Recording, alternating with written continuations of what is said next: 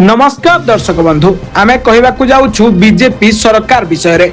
BJP सरकार हेउछि एमिति एक सरकार जहाको पसंद नुहे प्रकृति, जहाको पसंद नुहे नेचर, जे गोटे पर गोटे पहाड़ नष्ट करिवारे लागिछि, जे आदिवासी बहुल जनता को नष्ट करबाकू लागिछि। पहाड़ गुडी को सुंदर देखा जाएनी बीजेपी आखि को, केवल नष्ट करिवारे तार निशा।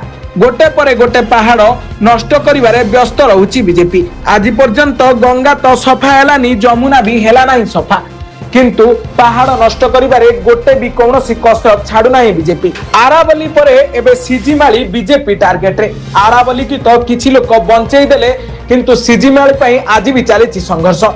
पिटा जाउछि लोकन को, घरु टाणी निया जाउछि लोकन को।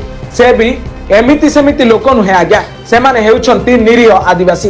निरीह आदिवासी आउ ए प्रकृतिर भरा पहाड़ कोन बा असुविधा करूछि बीजेपी रो। तमे सरकार चलाओ, तमे राजनीति करो, तमे विरोधी नेतांक विरुद्ध रे लढ, जेउठी जहा करूछ कर, किंतु आम पहाड़ को नष्ट करबा को, आम प्रकृति को नष्ट करबा को तुमको अधिकार देला किए? एक कथा तो कोनोसी मीडिया वाला केबे देखाइबे नाही, कारण से माने बीजेपी आगरे कथा कहबा को निश्चित भाव रे डरंती।